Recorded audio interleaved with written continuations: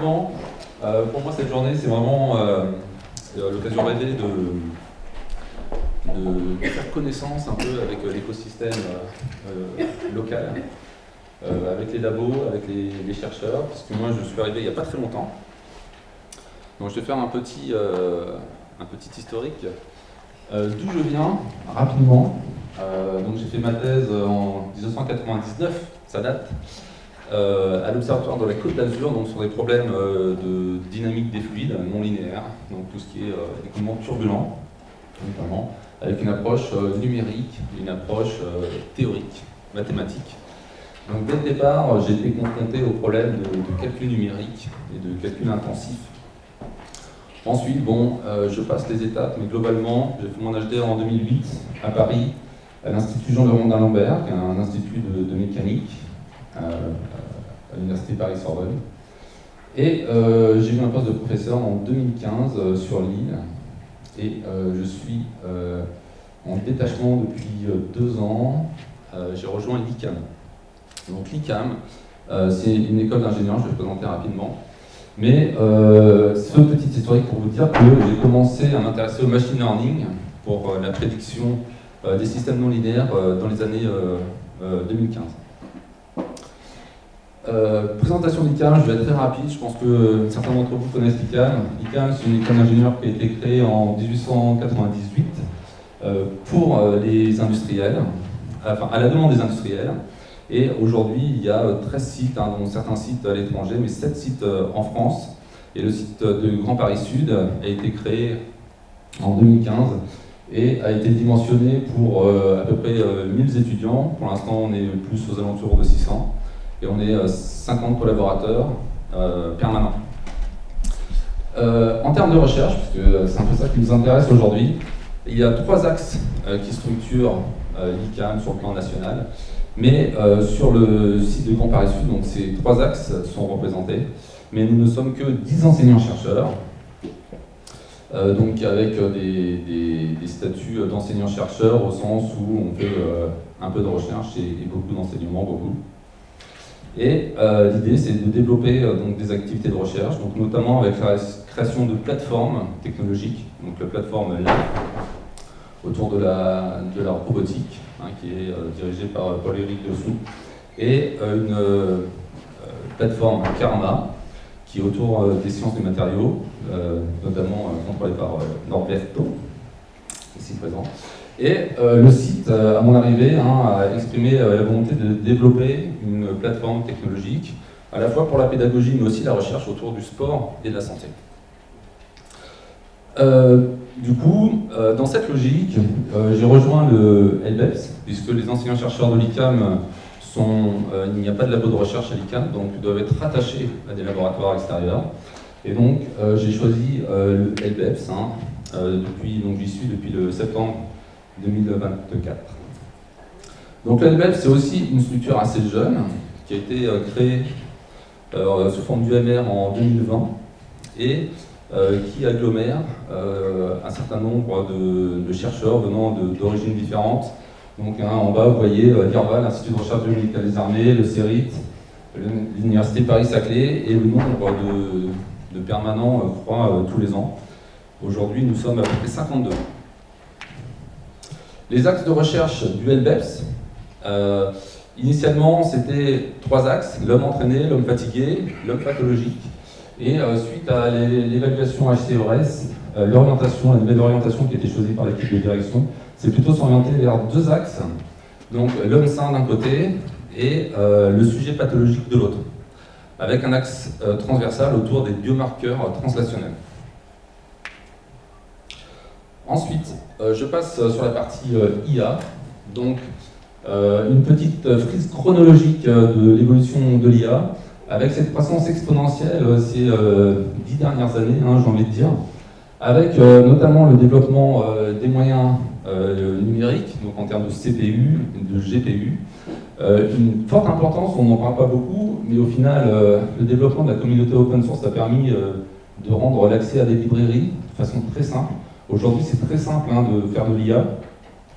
Un script Python, c'est quelques lignes, on fait appel à des librairies qui sont énormes, mais on peut faire déjà des choses très compliquées avec seulement quelques lignes de code.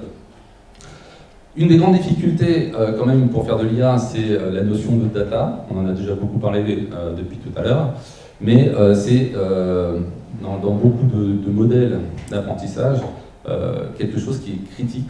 Je reviendrai dessus par la suite, hein, notamment.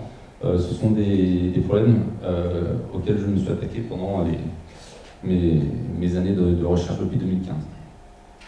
Et ça, c'est plus récent pour moi, hein, les objets connectés, mais c'est aussi une source de données, et ce sont des objets qui sont rentrés dans les usages, hein, donc les objets connectés, c'est vos téléphones, vos montres, tout ce qui est capteur, qui génère de la donnée, et qui pourra être utilisé à la fois pour l'apprentissage et ensuite pour l'utilisation des modèles entraînés. Donc qu'est-ce que l'IA? Bon, on en parle depuis ce matin, donc je vais être rapide, mais c'est juste pour faire un petit rappel qui a déjà été fait ce matin. L'intelligence artificielle, hein, c'est un grand domaine. Globalement, on parle beaucoup de tout ce qui est IA générative, mais ce n'est qu'une partie. Et globalement, moi je vois dans ma pratique quotidienne, je fais essentiellement du machine learning avec l'utilisation de deep learning. Et ce sont des méthodes qui sont assez simples, assez classiques.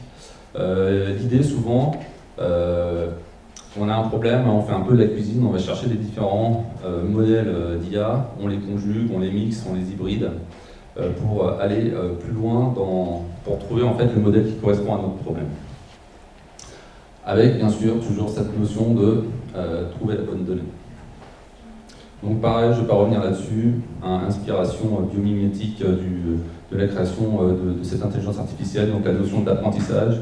L'homme apprend grâce à ce type de structure, et donc sur le plan algorithmique, voilà à quoi ressemble un neurone.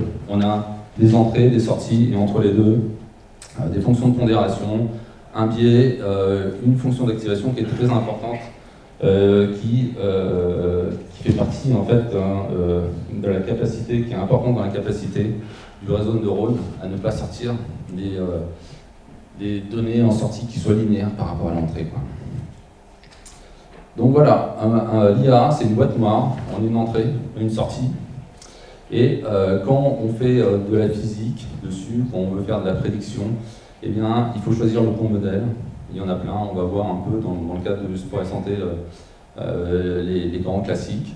Et surtout, pour chaque modèle, on a souvent des hyperparamètres.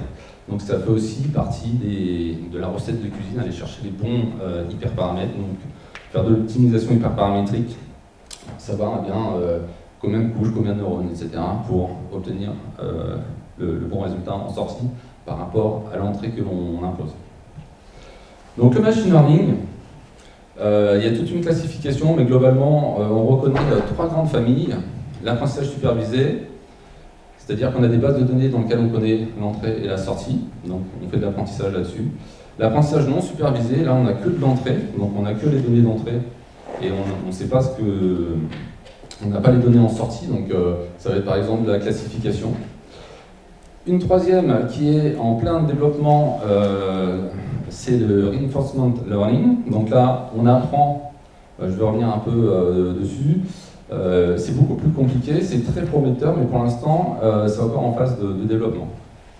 Dans le cadre du sport et de la santé, voilà, j'ai fait un petit tableau récapitulatif du type de problèmes qui peuvent être rencontrés. Donc, à gauche, vous avez les objectifs, donc par exemple réduire une VO de max. Vous avez les entrées, donc vous avez les capteurs qui sont disposés sur la tête, qui vont permettre de récupérer la fréquence cardiaque, d'évaluer la variabilité cardiaque, sa température interne, etc. Et pour un problème donné, on va demander, eh ben, tiens, dis-moi, fais-moi une évaluation de quelle est sa VO2 max, du temps de course. Voilà, typiquement le type de problèmes qui peuvent être rencontrés et qui peuvent être utilisés dans le cadre d'un apprentissage supervisé. Donc on a beaucoup évidemment d'applications qui ont été développées. J'ai commencé à regarder et je me suis dit, oulala, ça va faire trop catalogue, mais il y a énormément d'applications qu'on peut trouver dans le commerce, que vous pouvez trouver sur vos téléphones, qui sont basées sur ce type de dispositif. Non, après, il y a de tout, hein, donc il faut être très vigilant à ce qu'il y a derrière comme moteur et notamment sur quels sont les fondements utilisés en termes de données. Okay, donc ça c'est très important. La prévention des blessures, la santé cardio-respiratoire, l'analyse vidéo, donc on en parlait tout à l'heure, hein, l'analyse vidéo c'est quelque chose qui est très important, qui a beaucoup évolué, notamment avec les CNN, estimer par exemple l'état de fatigue grâce, donc évaluer c'est un peu ce dont on parlait tout à l'heure, quantifier la marche à l'aide juste d'une vidéo, sans avoir à mettre des capteurs situés sur les articulations, par exemple, du sportif. L'optimisation d'entraînement, donc là vous avez beaucoup de dispositifs, hein, tous les grands clubs sont équipés avec des GPS, des accéléromètres, des fréquences cardiaques, toutes les données sont suivies, sont recueillies. Alors suivies, après ça va dépendre des clubs, on va revenir un peu sur la problématique du rugby plus tard, mais ça fait partie des questions. On peut avoir la donnée, mais il faut savoir comment faire derrière, comment l'utiliser. Ensuite, là aussi je vais passer vite, l'apprentissage non supervisé, c'est la même chose. Là on va faire plutôt de la classification, si j'ai le temps tout à l'heure je vais vous donner un petit exemple aussi sur les différents, comment identifier différents types de réponses sur la température corporelle à l'effort. Et le dernier, donc ça c'est beaucoup moins utilisé pour l'instant, mais je peux lancer la petite vidéo. Le reinforcement, l'apprentissage par renforcement, en gros, on a un environnement, on a un agent, le petit bonhomme, et l'agent va suivre une politique, et c'est cette politique qu'il va falloir faire évoluer pour optimiser une fonction de récompense. Donc là, vous voyez, vous avez le chrono, il a 20 secondes, et en dessous, vous avez le nombre d'essais qu'il fait, et il fait des essais. À chaque fois, il veut optimiser sa récompense, sa fonction de récompense, et il peut aller vers des solutions qui ne sont pas une vraie marche, mais qui sont une solution de locomotion qui permettent de satisfaire à l'objectif qu'il veut fixer. Et donc là, dans cette vidéo, c'est assez rigolo, hein, vous avez le lien là. À chaque fois, on fait évoluer l'environnement pour faire évoluer son apprentissage, sa capacité motrice. Donc là, ça c'est super efficace, parce qu'on se dit on part de zéro, hein, c'est comme l'enfant qui apprend à marcher. Par contre, il faut un environnement virtuel avec des lois ici, les lois de la mécanique. Dans la vraie vie, on n'a pas ces environnements virtuels, hein, c'est-à-dire que si vous apprenez si vous voulez faire la même chose avec une voiture, vous ne pouvez pas aller 1000 fois dans le mur, ça coûterait trop cher. Processus d'apprentissage, je rappelle aussi, hein, on parle de cerveau, on parle d'image, mais au final, ce que l'algorithme reçoit, c'est des tableaux de données. Hein. Donc quand on fait de l'intelligence artificielle, on a des fichiers Excel, des fichiers CSV, dans lesquels on a des chiffres et des chiffres. Et déjà, le gros travail du numéricien, ça va être de faire le ménage, de nettoyer un peu ces données, de mettre les bonnes échelles. Une fois que la base de données, déjà c'est un gros travail, une fois que la base de données est propre, eh bien, on peut lancer tout ce qui est apprentissage. Donc il faut construire le modèle, réseau de neurones, 2 couches, 3 couches, le nombre de neurones, on peut faire des combinaisons, etc. Et ensuite, l'apprentissage à partir des données. Et ensuite, une fois que l'apprentissage est fait, eh bien, on peut l'utiliser dans les applications. On peut déployer notre modèle pour l'utiliser dans des cas concrets. Si maintenant, après avoir fait ce petit tour des outils que j'utilise, petit retour sur les aspects de recherche. Donc ça, c'est mes recherches avant d'arriver au LDEPS. Je me concentrais essentiellement sur la prédiction de systèmes non linéaires avec de très hauts degrés de liberté, typiquement des écoulements turbulents. Donc là, ce que vous avez, vous voyez peut-être pas très bien, mais c'est une boîte avec un écoulement turbulent avec plein de petites échelles. Et donc vous voyez, c'est des problèmes qui sont très compliqués à prédire. Donc l'écoulement non linéaire, c'est l'histoire du battement d'ailes de papillon à l'autre bout du monde qui déclenche une tornade aux États-Unis. Donc les problèmes non linéaires sont très durs à prédire. et nécessite pour l'apprentissage un très grand nombre de données. Et donc là, on a développé des stratégies super intéressantes, à la fois en termes d'apprentissage. Par exemple, les méthodes PIN, ce sont des méthodes qui utilisent, quand on fait l'apprentissage, on donne les équations que doivent satisfaire le modèle.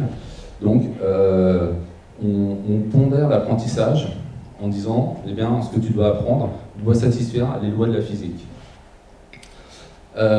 Ensuite, il y a aussi l'utilisation, ça c'est très important pour la suite, de méthodes numériques, donc de simulation numérique pour produire de la donnée nouvelle. On a dit, créer de la donnée, c'est compliqué, ça coûte cher. Eh bien, qu'est-ce qu'on peut faire? On peut tout simplement résoudre les équations en utilisant un ordinateur, des méthodes numériques classiques, produire de la donnée qui soit fidèle, fiable, bien résolue en temps, bien résolue en espace. Et la difficulté, c'est qu'on a très vite beaucoup de données. Donc on utilise des décompositions, donc on fait de la réduction de dimensions. On utilise des données éparses pour reconstruire des champs complets. Et ces champs complets sont utilisés pour faire de l'apprentissage. Donc on crée de la donnée de façon artificielle en essayant de stocker le moins d'informations possible. Ça, c'est quelque chose de super important. L'idée, c'est de stocker l'information, seulement l'information qui est pertinente. Et voir comment on peut identifier donc réduire en fait la dimension du problème. Donc je ne vais pas m'attarder là-dessus. Je vais surtout m'attarder sur la partie projet en cours à l'ICAM. Donc à l'ICAM et au LPEPS, je suis assez jeune dans l'établissement et dans les activités de recherche. Donc c'est des activités de recherche qui ont commencé il n'y a pas si longtemps que ça pour moi. Donc notamment, il y a des projets sur la commotion chez les commotions chez les rugbymen. Donc je vais un peu détailler après. Il y a des projets sur la thermophysiologie du coup de chaleur à l'exercice. Et ensuite, des projets un peu moins importants sur le monitoring de l'état de vigilance pour les courses au large, l'estimation de la puissance de frappe au foot, le dispositif de suivi de patients diabétiques au niveau de semaines connectées, monitoring de l'évolution de la foulée en running, donc à l'aide de logiciels, d'applis qui filment l'athlète. Le codage automatique aussi des events, donc des événements au rugby, donc plaquage, tac, tout ça on verra par la suite aussi. Donc juste, entre parenthèses, là, le petit ISS, je voulais faire un peu de pub pour un module thématique qui a ouvert cette année, qui est un module assez important pour moi, pour les CAM, puisque c'est un module qui a ouvert cette année autour de l'ingénierie du sport et de la santé. Et c'est un module pour les étudiants de 4e année, dans lequel on fait intervenir vous, des intervenants extérieurs, des industriels, des chercheurs, des responsables du Génopôle, des étudiants en thèse, qui viennent partager leur connaissance du milieu avec nos étudiants. Et ce module thématique, il est centré sur les sciences du numérique, sur tout ce qui est IA, donc IoT, l'Internet des objets, machine learning, data mining, etc. Donc au service vraiment de l'innovation, donc nos élèves ingénieurs, nos élèves ingénieurs leur donner un peu une vision des activités dans le domaine du sport et de la santé avec les outils numériques qui sont censés connaître en tout cas, qui devraient leur permettre de développer des vocations dans le domaine. Les aspects éthiques aussi sont très importants. Donc je vais passer très vite. Donc ça c'est les acteurs, les intervenants cette année. Si vous voulez intervenir, n'hésitez pas à venir me voir. Je vais parler du rugby donc très rapidement. Le problème dans le rugby, c'est qu'il y a des chocs. Les chocs, ça produit des commotions. Vous voyez ici, hop. Non, j'ai pas le droit de faire ça.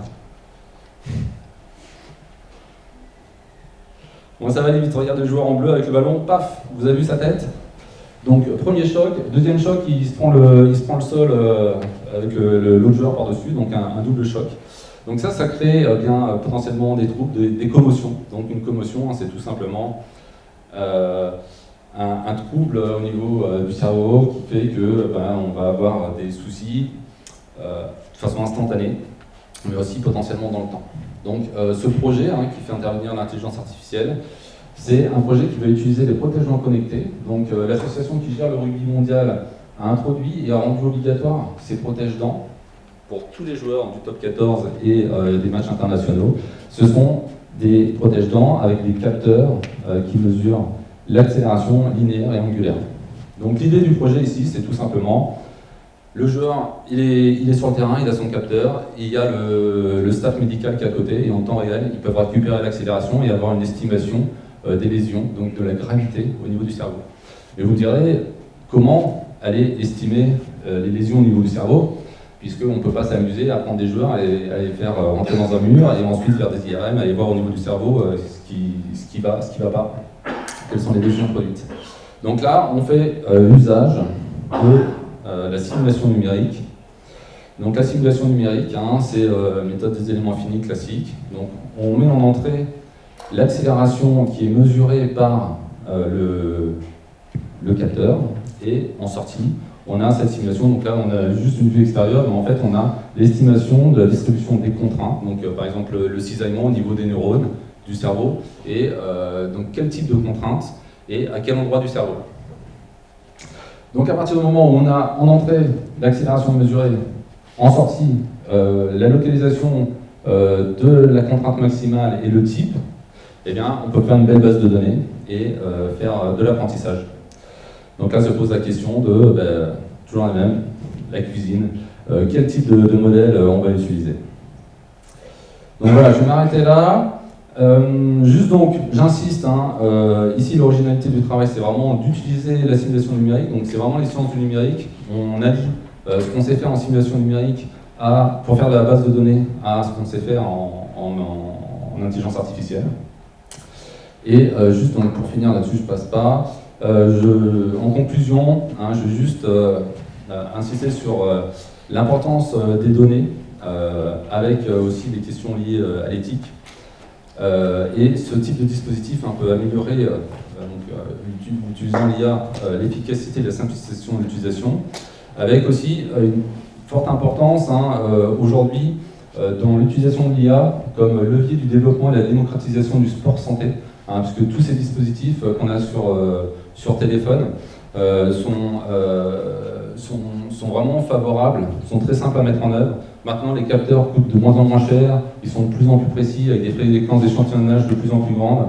Donc on a vraiment des capacités aussi, les modèles numériques appris tournent vraiment avec des capacités de calcul très faibles, sont très peu gourmands en ressources. Donc on peut vraiment, tout ce qui est développé par le haut niveau, ici par exemple avec les FFR, il y a moyen de les faire ruisseler, donc d'en faire profiter le plus grand nombre. Et aussi dans d'autres sports, puisque là on parle du rugby, mais il y a beaucoup de sports.